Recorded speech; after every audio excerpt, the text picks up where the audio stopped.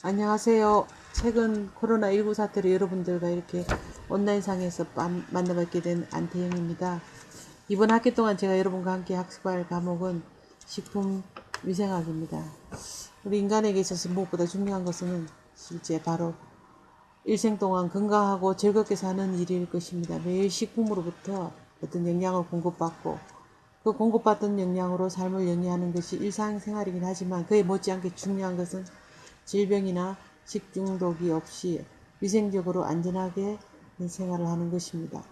오늘 다양한 산업의 발달과 또 세계적인 교육의 활발로 인해서 환경오염이라든가 식품오염 수준이 날로 증대되어져 가고 있고 또 다양한 위생적 요인이 크게 문제시되고 있는 현실입니다. 식품은 그 성분의 균형이 잡혀 있고 위생적인 상태로 공급이 되어져야지만 인간의 생명을 유지한다든가 건강을 증진시킨다든가 혹은 성장, 발육 등에 이바지할 수가 있습니다. 그런 관점에서 식품위생학이란 식품의 안전성과 위생을 연구하는 학문이라고 말씀드릴 수가 있겠으며 식품을 다루는 모든 영역에서 필수적으로 숙지해야 할 내용을 담고 있는 것이 바로 식품위생학이라고 말씀드릴 수가 있을 것 같습니다. 그러면은 이번 학기 동안 여러분께서 학습할 내용에 대해 살펴보면 다음과 같습니다.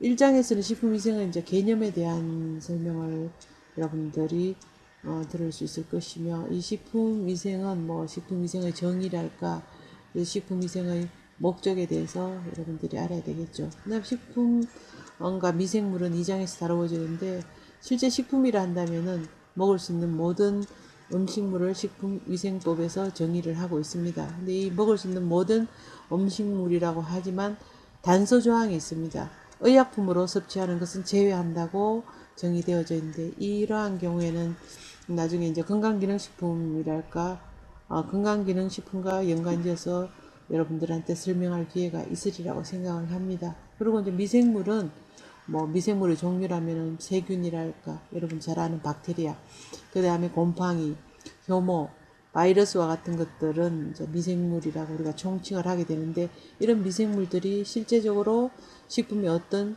위의 영향을 주는지 아니면 유익한 영향을 주는지에 대한 것들은 2장에서 살펴보도록 하겠습니다. 3장에서는 3장, 4장, 5장은 실제 식품으로 인해서 우리가 뭐 탈이 난다든가 중독 증상을 일으킨다는 것을 식중독이라고 얘기하는데 3, 4, 5장에서는 이러한 식중독과 관련된 것들을 설명을 하고 있습니다. 그래서 첫 번째 3장에서는 세균 및 바이러스성 식중독, 세균이 원인이 된다든가 혹은 바이러스가 원인이 되어지는 것, 뭐 세균이 원인이 되어지는 것으로서는 뭐 세균 자체가 문제가 되는 것. 예를 든다면은 살모넬라 식중독이라든가 장염 비브리오 식중독이라든가 혹은 병원성 대장균 식중독 이러한 것들을 대표적인 예로 들 수가 있겠고 그 세균 자체가 문제가 되는 것이 또 있지만 실제 또 세균이 내는 독소에 의해서 식중독을 일으키는 경우가 있는데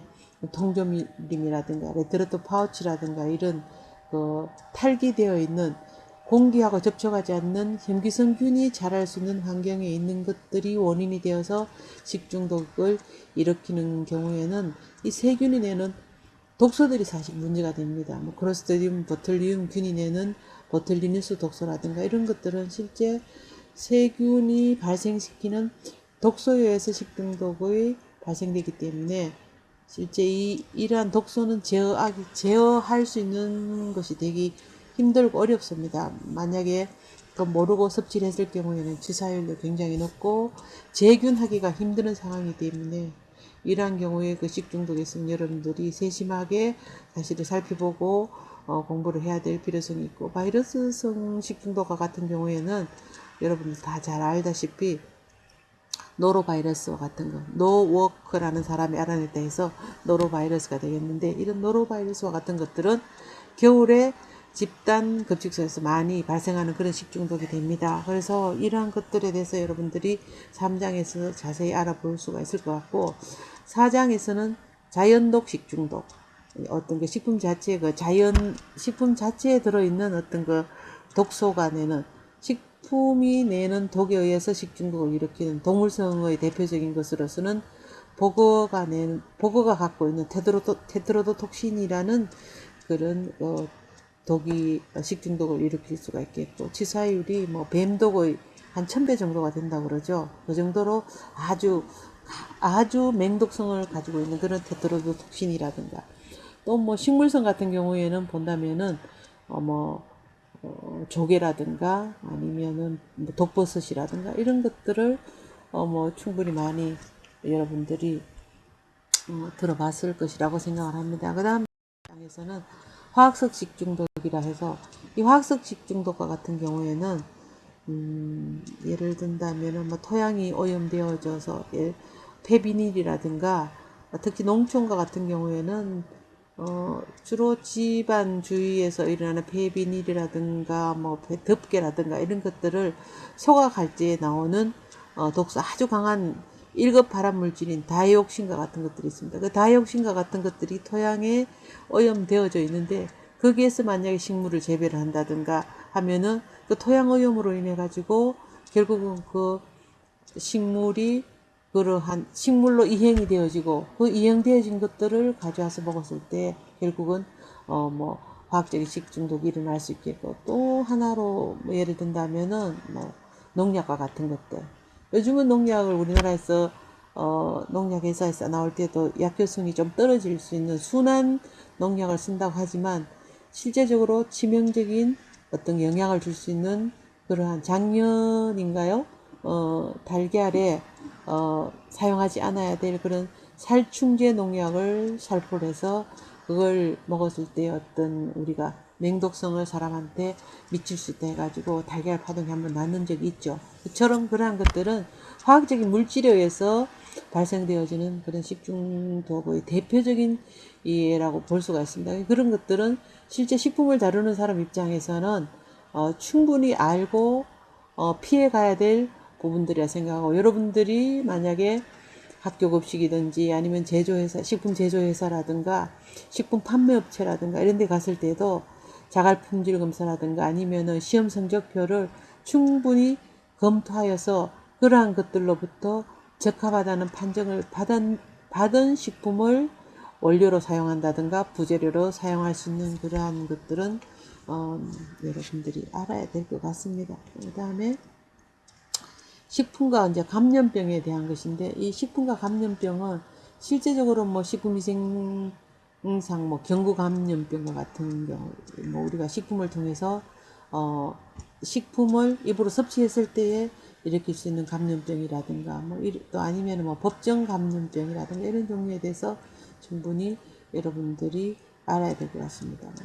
대표적인 예를 든다면은 경구 감염병 같은 경우에는 뭐 장티푸스라든가 파라티푸스라든가 콜레라라든가 세균성 이질이라든가 이런 감염병이 있는데, 이런 감염병과 같은 것은 주로 이제 세균 뭐 장티푸스라든가 파라티푸스 콜레라 뭐 이런 것들은 열에 대해서 실제 한 75도 70도 이상이 되면은 거의 사멸하는 경우가 되기 때문에, 웬만큼의 그 어떤 감염이 되었다 의심이 된다 하는 경우는 가열 처리를 식기라든가 뭐 식품이라든가 이런 뭐 도구라든가 이런 것들을 열을 감으로 해가지고 상당히 많이 피해갈 수 있는 그런 것들이 되겠죠. 그죠? 이런 거. 그 다음에 이제 7장에서는 기생충과 위생동물이라고 그래서 뭐 채소를 통해서 감염되는 기생충 같은 경우가 있는데, 예전에는 우리 사람들이 퇴비라든가 사람들이 볼일을 보고 난 분변을 이용해 가지고 분변을 퇴비화 시켜서 어떤 거 채소라든가 과일이라든가 이렇게 줘서 생겨날 수도 있었겠지만, 지금은 채소 그러한 퇴비를 쓰는 경우는 거의 없다고 볼 수가 있겠죠. 근데 이제 그 외에도 배류를 통해서 아나사키스균이라든가 이런 것들도 있을 수 있고, 그 다음에 육류를 통해서 감염되는 기생충, 민청충, 갈구리천충, 기타 등등 기생충의 종류가 굉장히 많죠. 그런 것들에 대해서 여러분들이 공부를 하게 되겠습니다. 그 다음에 위생동물이라 한다면은 비례해충이라든가 따라다니는 해충, 그 다음에 보행해충, 걸어다니는 해충이라든가 걸어다니는 해충의 대표적인 것으로서는 뭐가 있을까요? 쥐라든가 이 설치류 종류 그 뭐 고양이 같은 거 분변으로도 실제 상당히 식품의 오염을 많이 시키는 그런 사례가 빈번합니다. 그 다음에 뭐 위생해충으로 날아다니는 해충이 뭐가 있을까요? 뭐 깔따구라든가 파리라든가 모기라든가 이런 등등의 것들이 많이 있으니까 이런 위생동물과 같은 것들에 대해서 여러분들이 또 공부를 하고 이런 것들을 피함으로 해가 식품을 위생적이고 안전하게 취급할 수 있다는 얘기가 되겠죠. 8장에서는 식품안전관리 인증에 대한 기준인데 여러분도 잘 아시는 해썹이라는 것, 해잘드, 어널리시스, 크리티컬, 컨트롤 포인트라고 그래가 위의 요소를 중점적으로 관리하는 시점이라는 포인트라는 얘기입니다. 그건 무슨 말인가 하면은 식품을 재배해서 생산하고 수확하고 제조 가공하고 그 다음에 이러한 것들이 유통을 통해서 사람 소비자가 섭취를 할 적에 안전하게 소비자한테까지 최종 목적지까지 도달하기 전의 바로 직전의 단계까지 안전하게 관리하자는 시스템이에요. 이건 어떤 한 부분만을 정하자는 것이 아니고 전체적인 흐름을 시스템적으로 관리를 해줘야지만 식품 자체가 안전하다는 것에 대한 것을 인증을 하게 됩니다. 이제 최초의 인증은 예전에는 식약처에서 했지만 지금은 식품안전관리인증원이라는 곳에서 최초 인증을 하게 돼 있고 그 다음에 3년이 지나고 나면은 사후심사를 각 식약처에서 이제 지방청에서 전부 다 관리를 해서 이 사후심사 인증을 하고 만약에 부적합이 되면은 해썹에 대한 인증을 취소를 함과 동시에 생산하는 제품에 대한 생산 품목도 전부 정지를 받게 되는 경우가 일어나게 됩니다. 이 부분에 있어 가지고는 실제 여러분들이 굉장히 중요시해야 되고 꼭 알아둬야 될 부분들이 굉장히 많습니다. 원래 2020년 12월 1일까지는 종업원이 5인 이하 그 다음에 매출 규모가 1억 미만인 업체인 경우에도 모든 업체들이 의무 적용을 하는 모든 업체에서는 이 식품안전관리 인증 기준을 통과해서 지정을 받아야 됩니다. 그렇지 않으면은 제품을 생산할 수가 없습니다. 그렇기 때문에 여러분들은 이번 학기에 이 해썹에 대한 공부를 아마 많이 하게 될 것 같아요. 그러면 이 해썹이라는 것은 어떻게 하느냐? 뭐 선행요건에 대한 관리가 있을 것이고, 그죠?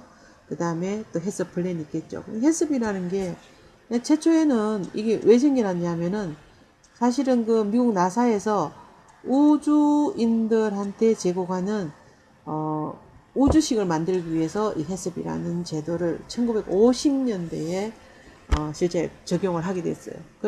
그러다가 이제 지금은 전 세계적으로 이렇게 적용을 하게 되고 특히나 우리나라의 해썹 기준은 굉장히 엄격합니다. 다른 나라보다 다른 국가보다도 훨씬 더 엄격한 기준을 적용을 하게 되는데 지금은 또 이러한 그 해썹 그 식품안전관리 기준을 많은 회사들이 식품회사들이 이걸 인정을 받았기 때문에 우리나라의 식품 안전에 대한 어떤 그 기준이 상당히 높아졌다고도 볼 수가 있죠. 장에 보면은 식품 영업의 위생적인 관리이다. 그래서 식품 영업이라면은 뭐 식품 판매업도 있을 테고 제조 강업도 있을 테고 뭐 유흥업식점도 있을 테고 일반 음식점도 있을 테고 여러 식품 영업의 형태가 많지만 이러한 식품 영업에 있어서 어떻게 위생적으로 관리를 하느냐.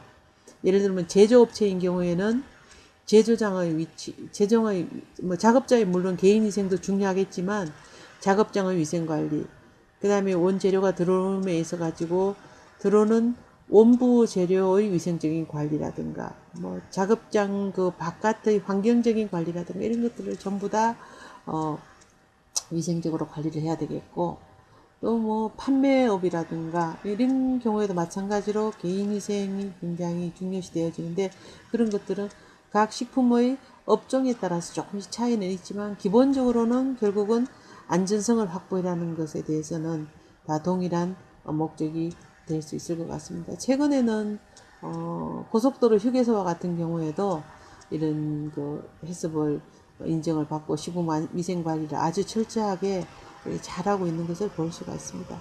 그 다음 장에서는 이제 10장에서는 식품위생검사에 대해서 여러분들한테 설명을 드리겠는데, 식품위생검사는 물론 최종적으로 소비자가 선택을 할 적에 아니면 소비자한테 도착했을 때 이 식품위생검사를 얼마나 철저하게 정확하게 거짓 없이 잘했느냐에 따라 가지고 시판하는 제품들을 소비자들이 잘 섭취를 안심하고 섭취를 할 수 있게끔 되는 그러한 것들을 볼 수도 있겠지만, 이 생산하는 제조업체라든가 뭐 즉석 제조 판매 업체라든가 이런 경우에는 이 소비자한테 가기 위해서 자가 품질 검사라든가 자사에서 실험실에서 미생물 검사라든가 아니면 관능 검사라든가 또 외관 검사라든가 이런 것들을 통해 가지고 충분한 위생 검사를 거쳐서 안전하게 소비자에 도착될 수 있게끔 만들어지는 거치는 과정들인데, 이러한 위생 검사는 최근에는 식약처의 림스 시스템이라고 해서 식품위생검사가 만약에 부적합이 나왔는데도 부적합이 나오면 바로 식약처로 신고를 하게 되어 있습니다. 보고를 하게 되어 있습니다. 그럼에도 불구하고 그걸 보고하지 않으면은 식품위생검사기관에서 자기가 해야 될 의무적인 보고사항을 보고하지 않았다 해가지고 위생검사기관의 허가가 취소되는 그런 경우도 있습니다. 그래서 굉장히 위생검사, 식품위생검사에 대해서는 우리나라에서 까다롭게 적용을 하고 있죠. 그 다음 이제 11장에서는 식품 첨가물에 대해서 여러분들이 공부를 하게 되는데, 이 식품 첨가물이라면은 뭐 천연의 자연적인 첨가물이 있을 테고, 그 다음에 합성품이 있겠죠. 그래서 이 식품 첨가물이 우리나라에 소용되는 것이 약 한 630여 종이 되는데, 천연의 끈은 우리 소비자들을 인체에 해가 되지 않고, 합성품은 인체에 어떤 나쁜 영향을 미친다는 그러한 어떤 그 광고가 한번 있었는데, 실제 그런 것은 이 식품 첨가물을 안전성을 확보하기 위해서 독성 실험이라든가 동물 실험이라든가 이런 것을 다 거쳐서 확실하게 안전성이 인정된 것을 인체 적용 실험을 통해서 하고 난 다음에 식품 첨가물로 지정을 하기 때문에 이런 부분에서는 걱정을 하지 않아도 될 것 같은데, 일단 식품 첨가물이라고 한다면은 우리 소비자들이나 일반인들은 상당히 뭐 첨가물이 많이 들어간 어떤 식품들은 인체에 좋지 않는 영향을 미치지 않을까 하는 그런 우려들을 사실 많이 하고 있죠. 근데 이 식품 첨가물에 대해서도 공부를 하면 상당히 재미있는 부분들을 또 여러분들이 많이 느낄 수가 있을 것 같습니다. 제일 먼저는 첨가물을 한다면은 뭐가 있을까요? 여러분들 머릿속에 제일 먼저 들어오는 게 뭐 방부제라든가 보존료, 그죠? 안식향산 나트륨 보존료라든가 뭐 산화방지제라든가 뭐 또 있죠. MSG라고 말하는 그 향미 증진제, 그죠? 뭐 맛을 증가시키는 향미 증진제, 이러한 것들로부터 시작해가지고 밀가루 계량제, 점도를 높이는 거, 기타 등등 굉장히 많습니다. 제가 지금은 일일이 다 열거할 수가 없으니까, 나중에 이제 식품 첨가물, 이제 이 장에 들어가서 여러분들하고, 충분히 이제 고민하고, 학습해 보도록 하겠습니다. 1장에서는 식품 위생의 개념에 대해서 이제 여러분들이 공부하도록 하겠습니다. 이제 식품위생 1장에서 학습의 목적이라면은 식품위생의 개념을 인지하고 이를 분류를 하는 것을 학습의 목적으로 본다면, 학습의 목표는 1번이 식품위생에 대한 정의를 여러분들이 좀 아셔야 될 것 같고, 이로 인해서 식품의 안전성이나 또 어떤 식품으로 인한 병의 원인 물질 인자를 식별한다든가 해서 쭉 알다 보면, 이렇게 수업을 진행을 하다 보면은 여러분들 잘 아시는 식중독에 대한 어떤 정의라든가 분류 이런 것들, 그다음 식품 행정의 목적을 달성하기 위한 중심과제까지 이 21가지를 학습의 목표로 삼고 1장은 진행을 하도록 하겠습니다. 이제 첫 번째로 식품위생의 정의에 대해서 말씀을 드리면은, 실제 우리나라 식품위생법과 세계보건기구에서의 그 식품위생법을 제가 두 가지를 이렇게 적어놨습니다. 적어놨는데 두 가지를 비교를 한다면은 실제적으로 세계보건기구에서 정의하는 식품위생은 상당히 좀 포괄적으로 범위를 굉장히 넓게 잡고 있습니다. 본다면은 식품의 생육이라든가 자라는 생육이라든가 또 이를 생산한다든가 제조한다든가 하는 이 모든 단계에서부터 최종적으로 사람에게 섭취될 때까지의 전 단계에서 안전성이라든가 건전성 및 악화 방지를 확보하기 위한 모든 수단을 말한다고 WHO에서는 정의를 하고 있고, 우리나라 식품위생법에서는 식품위생이란 무엇인가 했을 때에 식품 첨가물, 기구 또는 용기 혹은 포장을 대상으로 하는 음식에 관한 위생을 말한다라고 구체적으로 예를 들어서 이렇게 그 정의를 내려놨습니다. 그렇다면은 식품위생법에서 말하는 식품이라는 것은 무엇인가 하면은 식품이라는 것은 먹는 모든 음식물을 말한다. 이렇게 정의가 되어져 있습니다. 식품위생법상. 근데 단서조항이 있어요. 단서조항은 뭔가 하면은 의약품으로 섭취하는 것은 제외한다 라고 단서조항이 붙어져 있습니다. 즉 무슨 말인가 하면은 의약품으로 섭취한다는 것은 질병 치료의 효과를 가져올 수 있는 것이라는 의미에서 이 식품을 제외한다는 얘기가 되는데, 이러한 부분들은 식품하고 건강기능식품에서의 어떤 그 식품 표시사항에서 보면은 이 식품은 어떤 뭐 질병에 치료 효과가 있다라고 이렇게 표시를 하는 것과 아주 이런 것에 대해서 우리가 고민을 많이 하게 됩니다. 그건 무슨 말인가 하면은 이제 올해부터는 식품에서도 식품 내에 들어있는 기능성 소재에 대한 것을 표시를 할 수 있지만 건강기능식품에서도 당연히 식품의 기능성 성분을 넣어서 제조 가공을 하기 때문에 그 건강기능식품에서도 어떤 뭐 질병의 뭐 치료 효과가 있다든가 이런 것을 표시할 수가 없게 현행법으로 되어져 있거든요.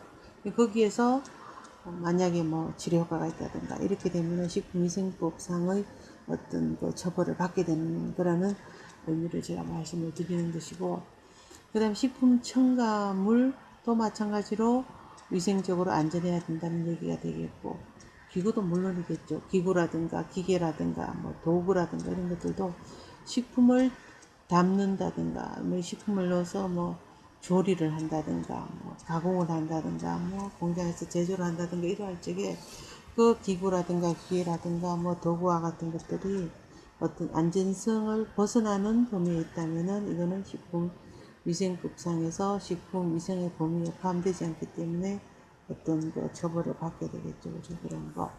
그 다음에 또 이것을 담는 용기라든가 또 포장재라든가 이 포장에 여기에서의 포장이라는 것은 주로 이제 내포장을 얘기하는데, 내포장 혹은 단위 포장이라는 건 뭔가 하면 식품과 바로 닿는 부분을 얘기합니다. 그건 무슨 말인가 하면은 이 포장 용기라든가 포장재로 덮었을 때에 식품에 이행이 되어서 어떤 포장재의 위험한 물질들이 식품에 이행이 되어서 이 식품을 우리 소비자가 섭취했을 때에 어떤 위생상의 해를 가져온다면은 그건 안전한 식품 아니라는 얘기가 되겠죠. 그죠? 그래서 이럴 때도 포장재조차도 역시나 위생적으로 안전해야 된다는 얘기를 뜻하는 것입니다. 그러면 이 포장재와 같은 것들은 어떻게 안전한 걸 어떻게 알 수가 있느냐, 용기도 어떻게 알 수 있는가, 이런 것들은 용기를 생산하는 업체라든가 포장재를 생산하는 업체에서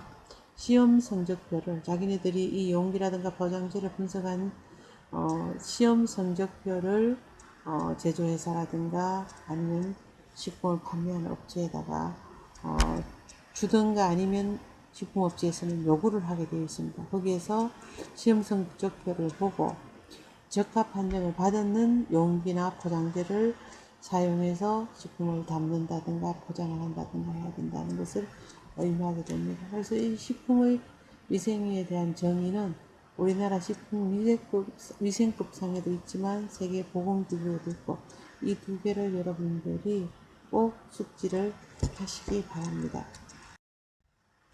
그 다음에 이 식품위생의 범위를 살펴본다면은 식품위생의 범위는 물론 이제 식품이 위생적으로 뭐 취급되고 뭐 해야 되겠지만 구체적으로 이 도식을 본다면은 보고 설명을 드리겠습니다. 농산물, 수산물, 축산물에 대한 것들이 생산되어지고 또 수확하고 저장하고 제조 가공을 하고 외국으로부터 수입을 한다든가 유통을 한다든가 판매를 한다든가 조리를 한다든가 섭취를 하다든가 할 적에 소비자의 안전하게 도착되어질 수 있게끔 이러한 것들이 전부 관리가 되어져야 된다는 것을 의미를 하는데, 물론 생산되어짐에서가 농산물과 같은 경우에도 토양이 오염이 되었다든가 물이 오염이 되었다든가 이런 것들은 결국은 그러한 농산물들이 성장을 하면서 토양이 오염되었으면 오염된 어떤 물질들이 이행이 된다든가 여기에 축적이 된다든가 나중에 농산물에 대한 잔류농약 검사라든가 아니면 중금속 검사라든가 이런 데서 적합한 판정을 받지가 못하게 되겠죠. 그래서 이 생산을 하는 단계에서도 식품 위생적으로 안전한 범위 내에 들어가야 될 것이고, 수확을 해서 저장을 함에 있어서도 마찬가지로 저장을 할 적에 MAP 저장이라든가 CA 저장이라든가 이러한 것들은 식품을 이 농수축산물에 대한 이러한 것들을 안전하게 보관해서 소비자에게 직접적으로 원물 상태로 판매가 된다든가 할 수도 있겠지만 이런 저장되어진 걸 가지고 제조 가공을 한다든가 할 적에도 마찬가지로 안전하게 저장되어지지 않으면은 이 제조 가공에 있어서도 어떤 그 위험성이 도사리기 때문에 이런 각각의 단계에서도 모두가 다 식품 위생의 범위에서 안전하게 관리가 되고 유통이 되어져야 된다는 것을 설명을 드리고 싶습니다.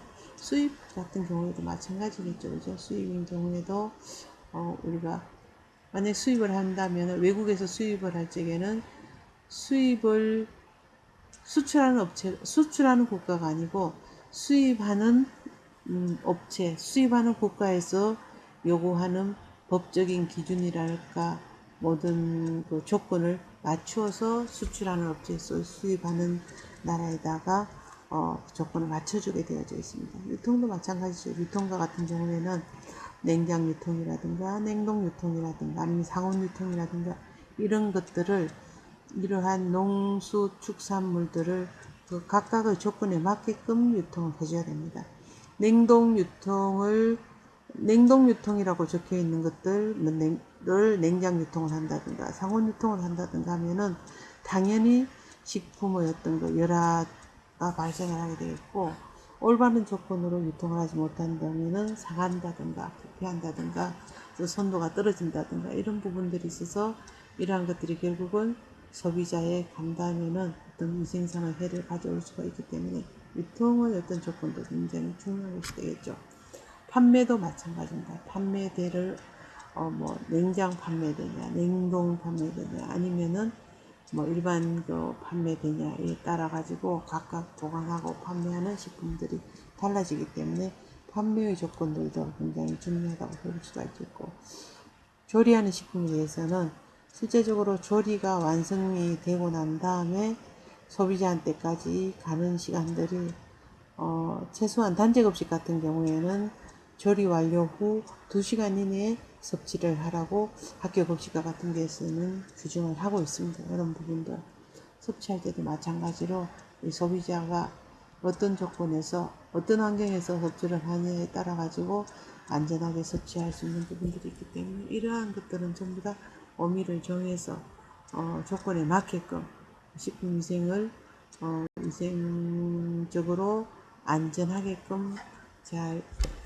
조건을 맞춰서 소비자에게 도착될 수 있도록 해야 될 것 같습니다. 그 다음에 식품위생의 그 목적을 살펴본다면은 이 식품위생의 목적은 실제 우리나라 식품위생법 제1장 1조에 명시가 되어져 있습니다. 뭐냐면은 식품으로 인하여 생기는 위생상의 위해를 방지하고 식품 영양의 질적 향상을 도모하여 식품에 관한 올바른 정보를 제공함으로써 최종적으로는 뭔가 하면 국민 보건의 정진에 이바지함을 목적으로 하고 있다. 이렇게 정의를 내리고 있습니다.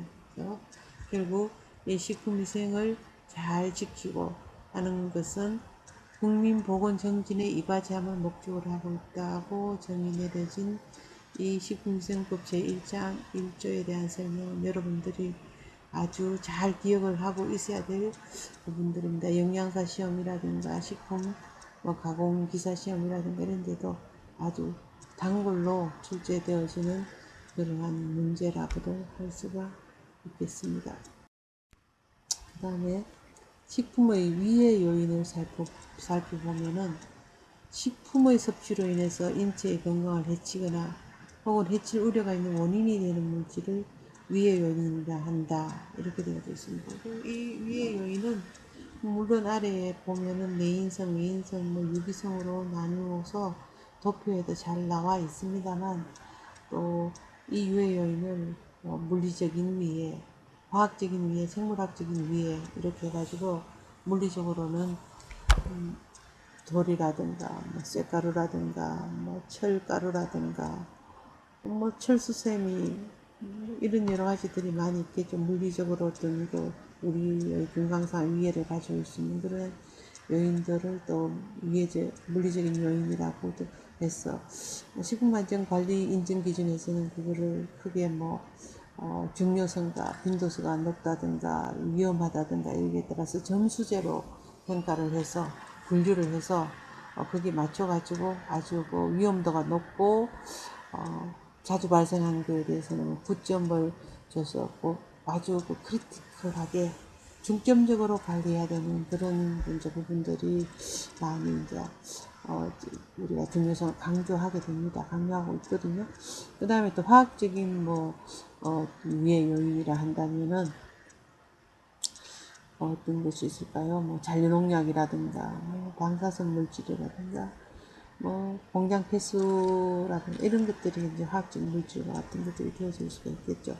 이제 그러한 것들은 시험 성적서를 통해 가지고 만약에 거기 적합하지 않고 어떤 잔류농약과 같은 것들이 많이 남아 있다면은 그러한 것들은 우리가 섭취를 하지 않도록 제조가공 공장에서는 아예 그런 물건에 대해서는 납품 거부를 한다든가 받지 않아야 돼 그런 것들이 있을 수 있겠고 그 다음에 생물학적인 요인으로는 주로 미생물상으로서 발생되어지는 곰팡이라든가 세균이라든가 바이러스라든가 이런 것들에 대한 위해 요인과 같은 것들을 충분히 검토해서 이제 우리가 식품 위해 요인으로 분류를 하게 됩니다. 하게 되는데 이제 이런 위해 요인에서 여기 보면은 위해 요인은 식품의 생산과 최종 소비에 이르기까지 다양한 과정에서 생겨날 수도 있고, 그죠?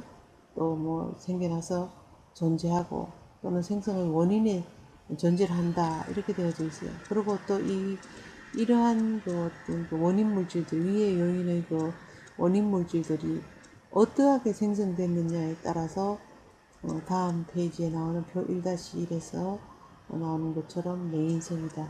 내부적으로 만들어진다. 외인성이다. 유기성이다. 이렇게 나누고 있거든요. 그렇게 있는데 거기에 대한 자세한 것은 다음 페이지를 보고 또 설명을 드리도록 하겠습니다. 보면은 표 1-1에 이제 건강장애의 원인 물질을 해가지고 바로 식품의 위해 요인에 대한 것을 제가 이제 이렇게 도표로 그려놨는데 한번 본다면은 이 분류에 있어 가지고 내인성이다 또 이제 외인성이다 혹은 유기성이다 이렇게 크게 분류를 해 본다면은 내인성인 같은 경우에는 유해 유독 성분에가 자연적으로 발생되는 식품의 자연적으로 발생되는 내부에 내재하고 있는 인자라 해서 내인성이라고 분류를 했고 이 자연독에 대해서는 동물성인 자연독으로서 보고독이 있겠죠. 보고독 같은 경우에는 뭐 테트로도 독신이라든가 이런 보고독은 사실 아주 치명적이고 맹독성이기 때문에 이 보고독은 뭐 뱀독의 뭐 1000배 정도의 그 독성을 가지고 있다고 뭐 알려져 있습니다. 그 다음에 어패류와 같은 거, 그죠? 모시조개라든가 뭐 이런 것들 어패류에서 올 수가 있겠고. 그 다음 식물성인 그 자연독인 경우에는 알칼로이드라든가 뭐 청산배당제, 발암물질 이렇게 되어 있는데, 청산배당제 같은 경우 예를 든다면은 청매실 같은 거, 매실이 제대로 미성숙한 청매실이라든가 이런 경우는 시한배당제가 들어있고, 은행과 같은 마찬가지로 청산배당제가 들어있습니다.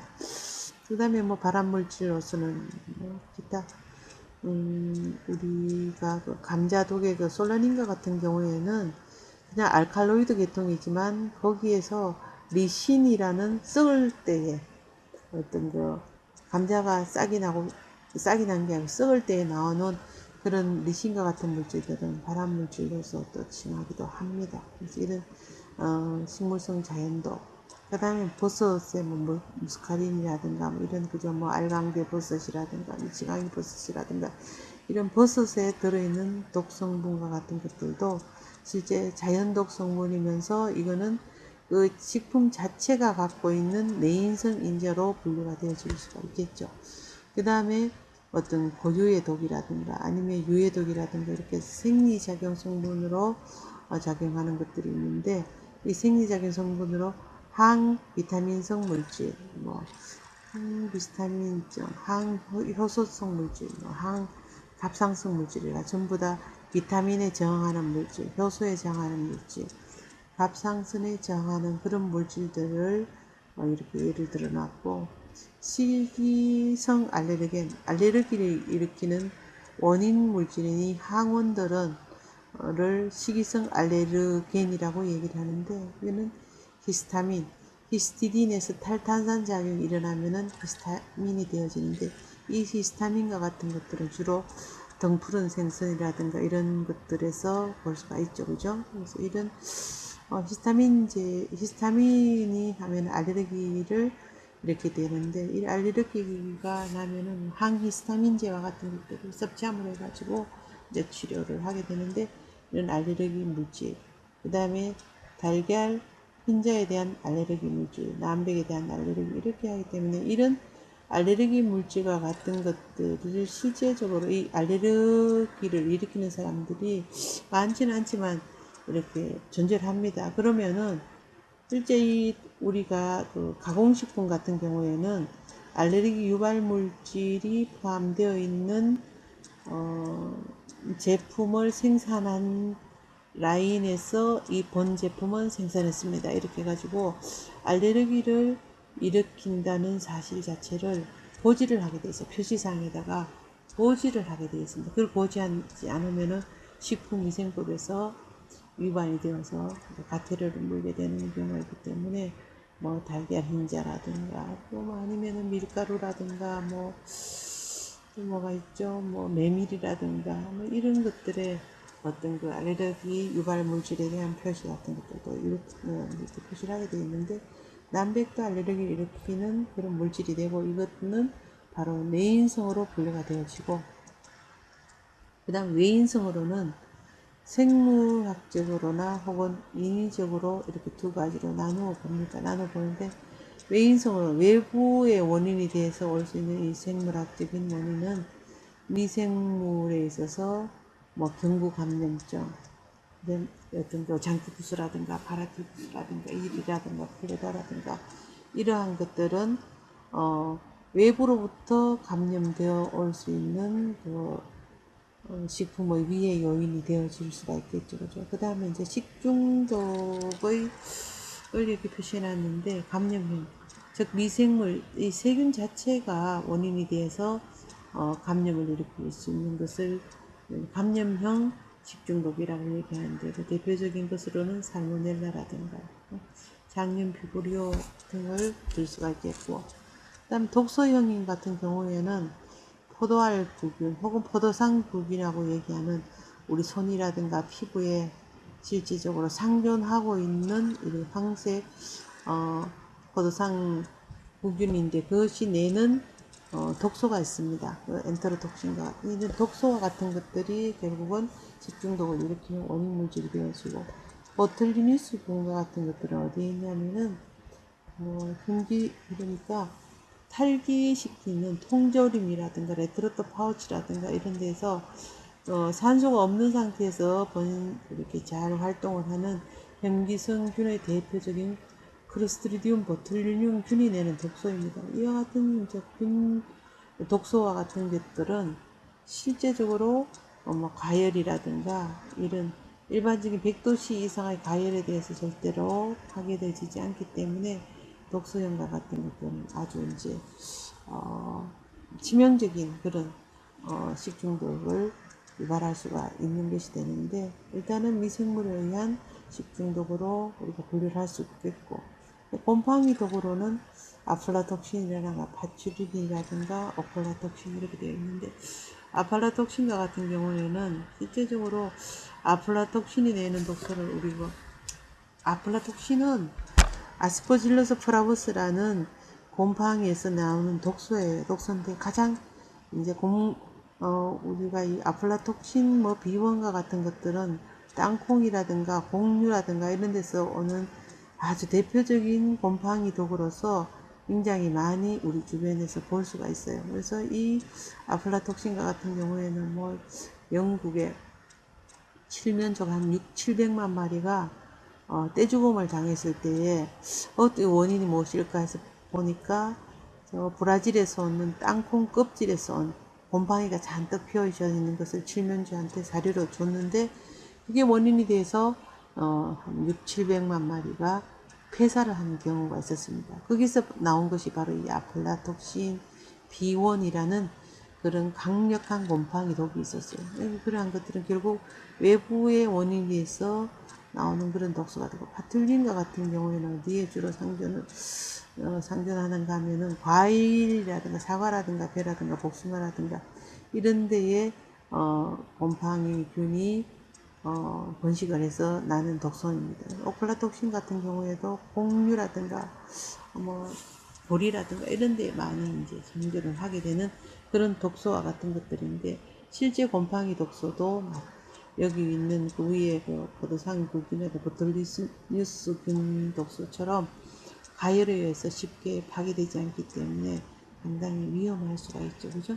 그 다음에 뭐 외인성으로는 기생충 같은 경우도 마찬가지로 회충, 요충, 유구조충, 무구조충, 민촌충, 갈굴충충 이렇게 뭐 될 적에 이런 기생충과 같은 것들은 외부로부터 유입이 될 수 있는데 뭐 유구조충 같은 경우에는 아마도 뭐 소고기, 뭐 돼지고기 뭐 이런 것들로부터 이제 아마 감염이 되어지는데 열 처리를 하는 경우에는 실제적으로 이런 기생충들은 사멸할 경우가 높지만 그렇지 않고 만약에 뭐 비가열 식품이라든가 뭐 아니면 샐러드라든가 그냥 섭취하는 신선 섭취식품이라든가 이런 경우에는 상당히 이러한 그 기생충의 특히 뭐 유기농으로 재배됐다 이런 경우는 기생충으로부터의 어떤 감염을 좀 사실 우려를 하고 조심을 해야 될 필요성이 있습니다.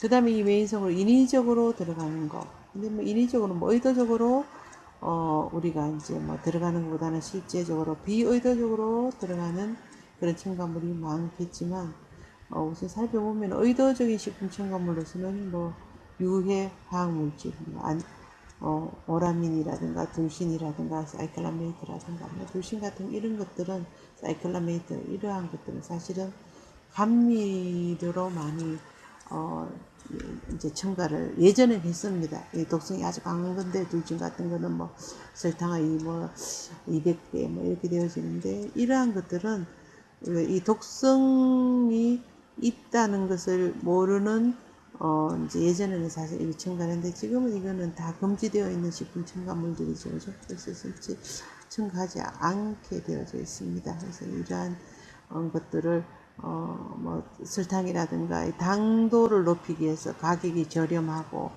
그 다음에 아주 뭐 설탕은 200배에서 500배, 뭐 많게는 1000배까지 올라가 이렇게 그 효능이 있기 때문에 이러한 것들을 첨가해서 넣는 그러한 뭐 식품 가공업체들도 있었겠지만 지금 이래서 거의 우리나라에서는 사실 찾아볼래야 찾아볼 수가 없을 상태로 상당히 사용하지 않는 거라고 볼 수 있는데 어쨌거나 간에 인위적으로 이제 첨가하는 식품 첨가물의 대표적인 것을 이렇게 들 수가 있고, 그 다음에 의도하지 않게끔 의도하지 않았는데 들어가는 식품 첨가물들이 있습니다. 그거는 이제 뭐 재배한다든가 뭐 농산물을 재배한다든가 이렇게 할 적에 병충해로부터 뭐 방지하기 위해서 잔류농약을 뿌렸는데 이러한 것들이 아주 다뭐 없어지지 않고 남아있는 경우에는 유기린 제제라든가 유기염 소재라든가 이런 것들로 해서 잔류농약이 남아있는 경우에라든가 뭐 공장 뭐 폐수로 인해 가지고 공장 뭐 배출물이라든가 뭐 방사선 강화물이라든가 기구라든가 용기라든가 포장재 용출물이라든가 이러한 것들은 실제적으로 어떤 그 의도하지 않게끔 들어가는 경우가 많이 있습니다. 그래도 이제 이러한 것들을 만약에 그 의도하지 않았다 하더라도 식품 우리가 가공을 한다든가 아니면은 뭐 구입을 할 적에 실제 이러한 것들은 시험 성적표와 같은 것들을 이제 받아서 확인을 하는 서류상 확인을 할 수밖에 없겠죠. 그죠? 그렇게 하고 또 뭐 가공을 하면서 일어나는 과오가 있습니다. 뭐 비스페놀 아니 비소화합물이라든가 PCB와 같은 것들은 이제 쌀에서 미각류를 추출할 적에 넣는 이제 폴리클로로 비페닐인가 막 이럴 거예요. 그래서 이 PCB와 같은 것들을 가공을 하는 과정에서 가공을 용이하게 하고 가공의 어떤 그 내용물을 잘 추출하기 위해서 넣다 보면은 이러한 것들이 남아 있어서 결국은 외부 어떤 요인으로 해서 건강 장애를 일으키는 그런 원인 물질이 될 수가 있다는 얘기가 되겠습니다. 그 다음에 이제 유기성이라고 본다면은 물리적인 조건에서 생긴 물질, 가열유지, 벤조피렌 같은 거. 뭐 가열유지의 경우에 뭐 벤조피렌이 생성되고 또 보면은 뭐 가열유지에서 벤조피렌 정도로 우리가 보면 되겠네, 그죠? 벤조피렌. 그 다음 화학적 조건에 생긴 물질은 조리 과정에 생기는 가열 분해물 이런 것들 본다면 조리 과정에서는 우리 탄수화물이 많이 들어있는 식품을 아주 높은 온도에서 가열하는 경우에 실제적으로 무엇이 발생되냐 하면은 아크릴아마이드와 같은 것들이 생성되고 벤조피렌 같은 경우에는 주로 어디 있느냐면은 참기라든가 들기라든가 유지류와 같은 것들을 고온에서 볶아낼 때에 물론 이제 이 착유량을 많이 하기 위해서 아주 고온 단시간에 볶아내게 됩니다. 그러면은 그 같은 경우에 벤조피렌 같은 발암물질이 나와가지고 결국은 우리 어떤 그 위의 요인이 되어지는 그런 원인물질이 되어지기 때문에 이러한 것들은 상당히 좀 조심을 해야 되고 우리가 항상 유의를 해서 신경을 써야 될 부분들이 있습니다. 그래서 1강은 일단 첫째 시간은 이걸로서 강의를 마무리하도록 하고 그 다음에 여러분들이 사실 오늘 첫 수업이기 때문에 저도 어떤 면에서는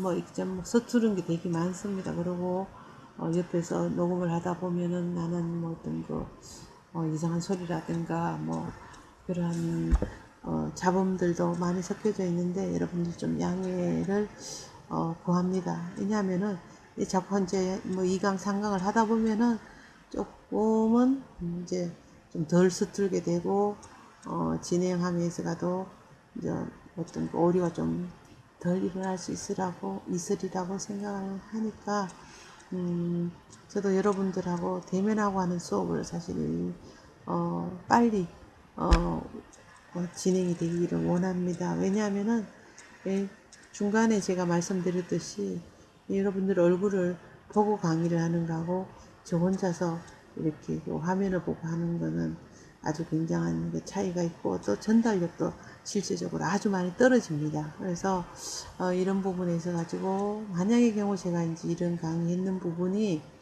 좀 미흡했고 여러분들이 이해가 잘 되지 않았다면은 여러분들하고 이제 만나서 수업을 하는 대면 수업을 할 적에 그 보충을 해가 또 설명을 해드리겠고 여러분들도 뭐 질문사항이 있다든가 하면은 저한테 이제 뭐 쪽지를 남겨주신다든가 뭐 문의사항을 질문해 주신다면은 충분하게 만족할 수 있는 답변을 드리도록 하겠습니다. 그리고 이 1강을 들은 내용에 대해서 제가 이제 또 여러분하고 했던 그 커뮤니케이션이 영 잘 이루어졌는지 그렇지 않은지에 대한 또 평가를 나름대로는 해봐야 될 것 같아서 제가 이제 퀴즈를 5문제를 냈습니다. 한번 보면은 이제 퀴즈 해가지고 식품의 정의에 이제 해당되는 것들은 어떤 것인가 해가지고 1번부터 5번까지를 쭉 이렇게 나열해 봤습니다. 여기서 여러분들이 어떤 것이 이 식품위생의 정의에 합당한 것인가를 한번 선택을 해 보시기 바랍니다. 뭐 철분이 결핍된 분이다. 비타민이 파괴된 건조채소다. 사실 이러한 것들은 어떤 그 영양적인 문제가 되는 것이지 위생적인 문제가 되는 것은 아닌 것 같은 생각이 들고요. 나머지 3, 4, 5번에 대해서도 여러분이 충분히 잘 정의를 내릴 수 있으리라고 생각을 합니다. 그래서 2번은 식품위생법 제1장 1조에서 정의하고 있는 식품위생의 목적에 대해서 설명을 하시오. 이렇게 제가 그 문제를 내봤습니다.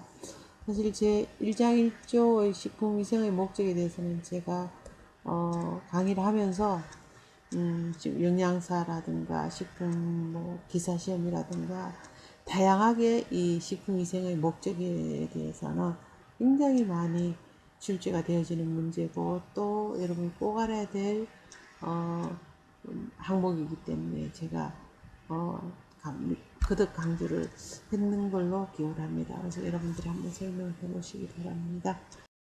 3번 같은 경우에는 다음 도식에 들어가는 식품위생의 범위 중에서 가로 안에 들어갈 적당한 말은 이렇게 했습니다. 그래서 우리가 섭취하는 농수축산물들이 소비자에게 안전하게 하기 위해서는 뭐 생산 단계라든가 수확 단계라든가 저장하는 과정이라든가 또 아니면 어떤 과정 뭐 수입을 한다든가 유통을 한다든가 판매를 한다든가 조리를 한다든가 하는 이 모든 과정들이 소비자에게 섭취될 때까지 안전하게 유통되고 안전한 범위를 벗어나지 말으라는 의미에서 이렇게 제가 도식을 뭐 중간에 수업 중에 설명을 했습니다. 그래서 여러분들도 한번 잘 이렇게 맞춰보시기 바랍니다. 그 다음 문제는 다음 설명에서 맞으면 O, 틀리면 X를 하시오 이렇게 했거든요. 그래서 이것도 마찬가지로 아주 뭐 간단한 것 같지만 실제적으로 또 자세히 여러분들이